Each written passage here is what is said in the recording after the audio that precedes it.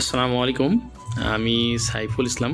আজকে আলোচনার বিষয় হচ্ছে মধ্য এশিয়া বা সেন্ট্রাল এশিয়া।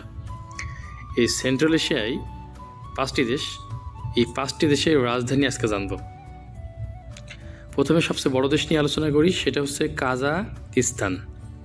কাজাকিস্তান সবচেয়ে বড় মধ্য এশিয়ার সবচেয়ে বড় দেশ। রাজধানী হচ্ছে আস্তানা। তুর্কমেনিস্তানের রাজধানী Ashgabat. Turkmenistan Ashgabat. Uzbekistan Tashkent. Kyrgyzstan Bishkek. Tajikistan Dushanbe. এ হচ্ছে মধ্য এশিয়ার 5টি দেশ। আর মধ্য এশিয়ার এই যে পশ্চিম দিকে যেটা আছে সেটা হচ্ছে কাস্পিয়ান সাগর। কাস্পিয়ান সাগর, এটাকে হ্রদ বলা হয়।